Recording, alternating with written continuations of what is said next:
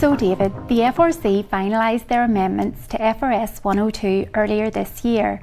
It's safe to say there were no major surprises to the draft changes initially proposed. Thanks, Ellie. Yes, look, no major surprises. The key changes being in revenue and leasing, bringing both standards more closely in line to what we currently have under IFRS. And what we also have is confirmation now that 2026 is the key date for these changes. So it's essentially the IFRS 15 revenue model and the IFRS 16 leasing model for anyone who's not familiar with IFRS. Exactly. So we have this 5-step model now that will be brought in and applied under FRS 102, and the focus of this model is in terms of control and change and timing of control from a revenue perspective. And then from leases as well, we're going to see more leases on balance sheet as we currently have under IFRS 16. So potentially big changes for many FRS 102 reporters. Absolutely. The vast majority of reporters are going to be impacted by these changes. Leases alone will have a significant impact for many. So where previously you would have an operating lease that was simply expensed to the income statement, you're now going to have a right of use asset and lease liability being recognised in this place. And presumably the new 5-step model for revenue recognition will require many companies to take a closer look at their contracts with customers. It will. And while some of the principles previously under FRS 102 in terms of revenue are aligned with the proposed amendments, this 5-step model is far more the script, so it will require a more careful analysis of your revenue recognition. In particular, where we have things like bundlings of goods and services, where you have variable consideration, things like rebates, warranties, all need to be looked at from the lenses of this 5-step model. And some sectors are going to be far more impacted than others, and technology sector is probably an example of that. And in terms of effective date, I understand that most amendments will be effective for periods beginning on or after January 26. Yes, so 2026 financial statements will have the impact of these two changes. And if we look at leases, you're going to see it in your 2026 financial information, and there's no requirement or ability to restate comparatives, whereas revenue, you can restate comparatives if you wish. But what we expect to see is the majority of companies will have it as an opening balance sheet adjustment in their 2026 information. And we talked about this recently. If we think back to when the IFRS equivalent standards were introduced back in 2018 and 2019, many of our clients faced significant challenges with the transition itself. What we're looking at now is both models being introduced for FRS 102 reporters at the same time.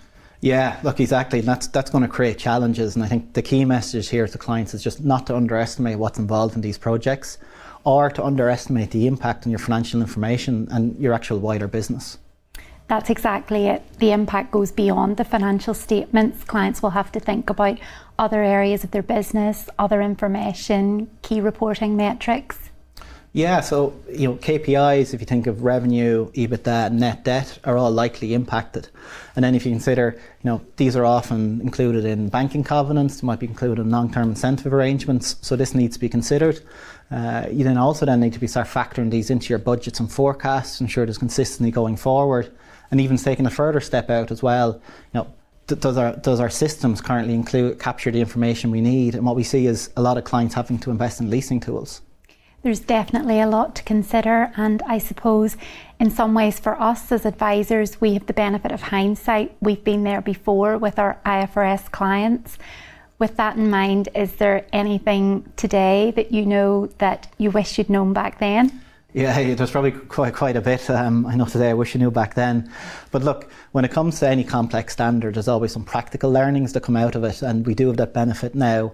And while there's probably many, there's two I'd maybe highlight. One in terms of leases, being around the lease population. There's such inefficiencies at time of projects because often the final list of leases is a multiple of the starting list. So getting that starting point right is absolutely critical. So being clear what's a lease and how I go about evaluating that across my group is a really, really, really important point. In terms of revenue recognition, it's very simply sitting down, mapping out your revenue streams, how they interact, if there's bundlings of goods, how they're priced, and then other aspects of it as well, say warranties, rebates. Having that picture clear at the start is just critical steps in both. Yeah, I would agree with both points, David. These transition projects are complex, they take time, and 2026 is really just around the corner. So presumably we're encouraging clients to start planning for adopting these changes now. Yeah, look, absolutely. I think now is the time to do that initial impact assessment, evaluate how your business is impacted. What's the impact on your KPIs? Do you need a discussion with your lenders in terms of getting these covenants recast? Do I need to revisit my revenue contracts in terms of how they're structured? And then ultimately putting that detailed transition plan in place. Look, lots of finance teams are incredibly busy, and they're probably talking about some very discrete windows between now and 2026 to actually do this. Thanks, David. Some really practical advice there. As always, feel free to reach out to David, myself, or any member of the accounting advisory team if you require further support or information.